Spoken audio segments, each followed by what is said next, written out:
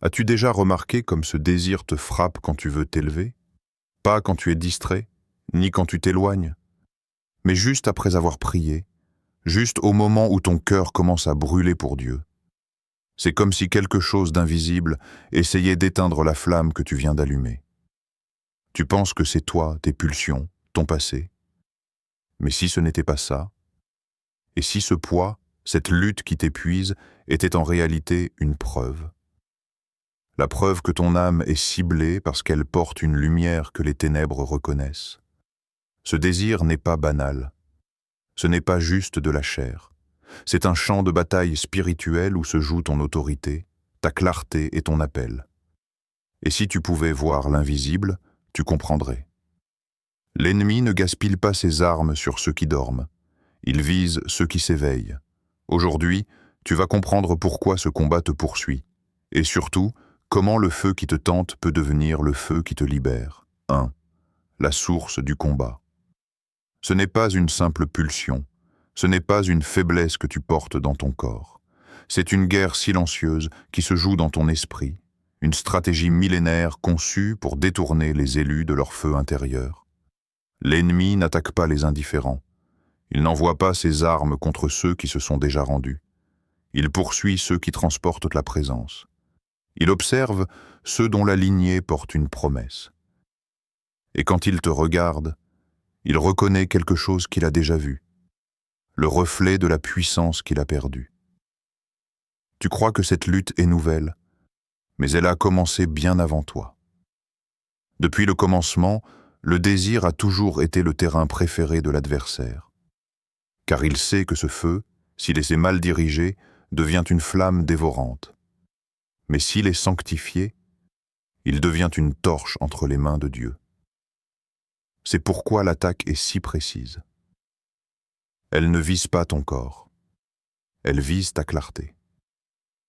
Elle cherche à brouiller ton discernement, à t'enfermer dans la honte, à transformer ton feu en fardeau.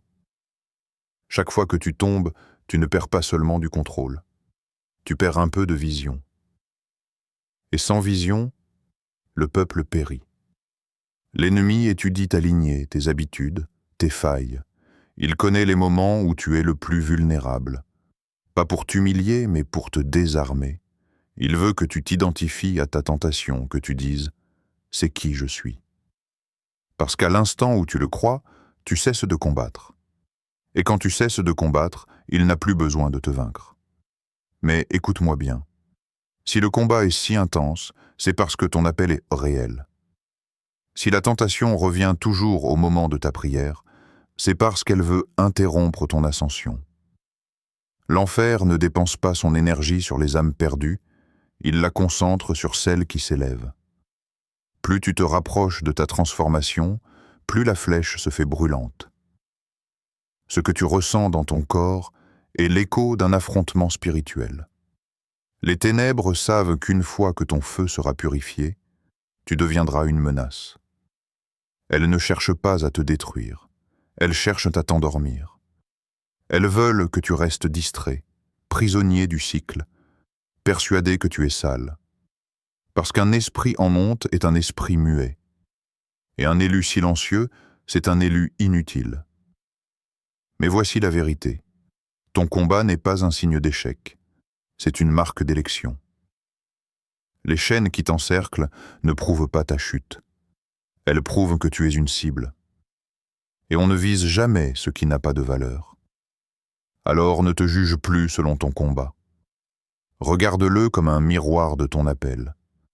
Car ce feu qui te tente aujourd'hui, c'est celui que Dieu veut sanctifier pour faire de toi un porteur de lumière. Tu n'es pas attaqué parce que tu es faible. Tu es attaqué parce que tu es dangereux.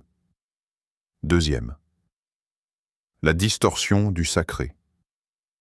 Le désir n'a jamais été le problème. Il a été façonné par Dieu, planté dans l'âme humaine comme un feu sacré, un souffle divin qui pousse l'homme et la femme à créer, à s'unir, à refléter la beauté du Créateur. Mais ce que Dieu a conçu comme flamme de vie, l'ennemi cherche à transformer en incendie de destruction. Le feu n'est pas mauvais tant qu'il reste sur l'autel. C'est quand il quitte le sanctuaire qu'il commence à brûler ce qu'il devait éclairer. Et c'est là que la distorsion commence. Le désir devient poison quand il se sépare du divin. Il se change en ombre, en obsession, en fuite. L'ennemi ne crée rien. Il déforme. Il prend ce qui est pur et le tord jusqu'à ce que tu le crois impardonnable.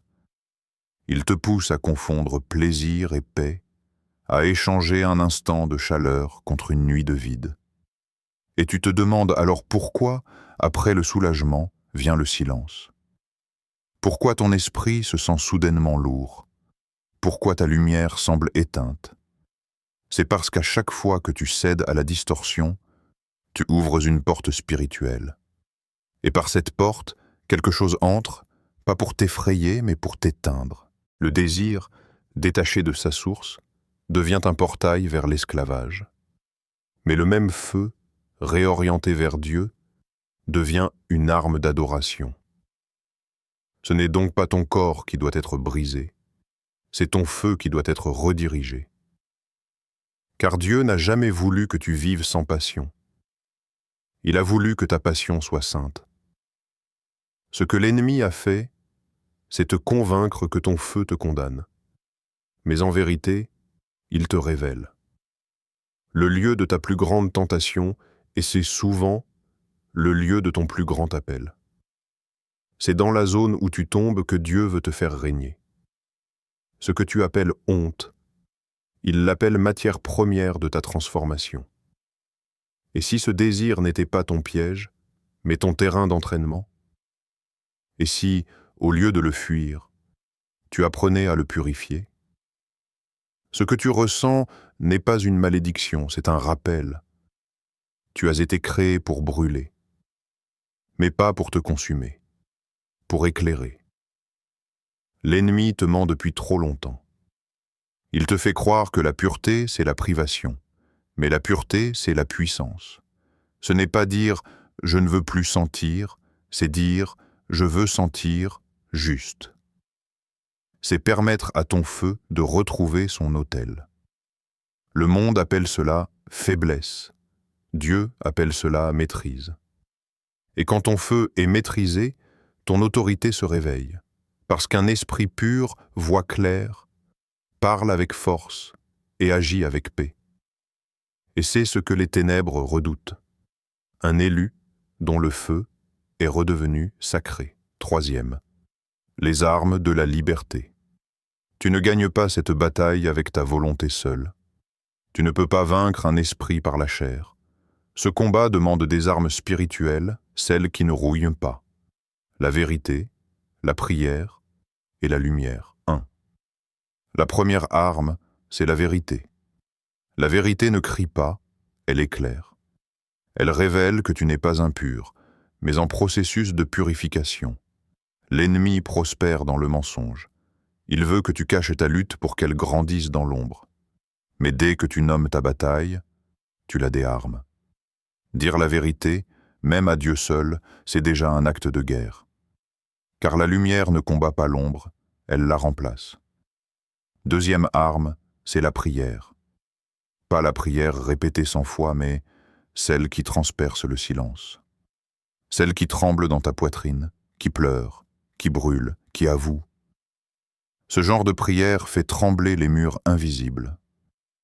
Quand tu ouvres ta bouche avec foi, tu rappelles à ton âme qui elle est. La prière ne change pas seulement les choses, elle te change, toi. Elle réaligne ton esprit avec ton appel.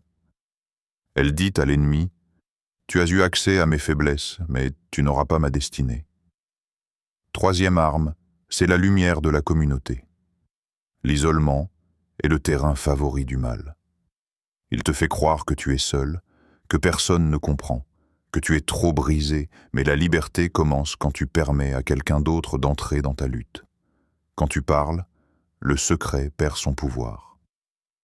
La comptabilité, cette transparence spirituelle, est une clé que peu osent utiliser. Pourtant, c'est elle qui fait tomber les chaînes les plus anciennes. Et puis, il y a l'arme du souvenir. Souviens-toi de qui tu es. Souviens-toi que tu n'as jamais été défini par ta chute, mais par ta résurrection. Le Christ ne t'a pas choisi parce que tu étais pur. Il t'a choisi pour te purifier. Chaque prière, chaque effort, chaque refus de céder est une victoire invisible. La liberté ne se mesure pas à l'absence de tentation, mais à la puissance de ton choix. Tu n'es pas appelé à être parfait, mais présent, conscient, armé, éveillé. Là où tu tombais hier, tu te relèveras demain avec un feu plus clair, une voix plus forte, une foi plus aiguisée. Et bientôt, ce combat que tu croyais t'humilier deviendra ton témoignage. Car quand un élu guérit, il libère d'autres élus. Et le feu qu'il portait enchaîné devient une flamme de délivrance pour les autres. Tu n'es pas né pour survivre à cette guerre.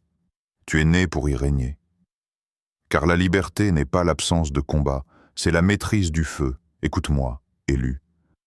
Ce combat n'était jamais venu pour te détruire. Il est venu pour te révéler.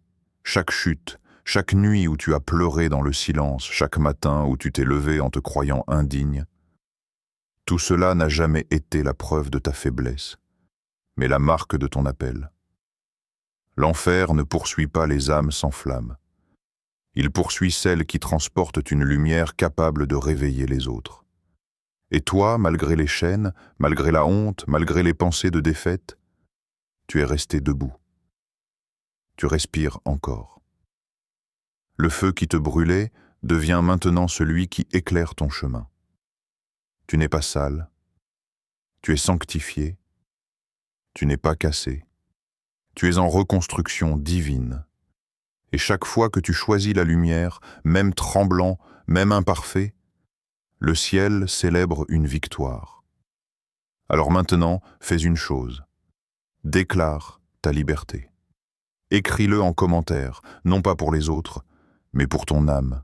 Dis, mon feu est purifié. Ce combat ne me définit plus. Il m'a réveillé.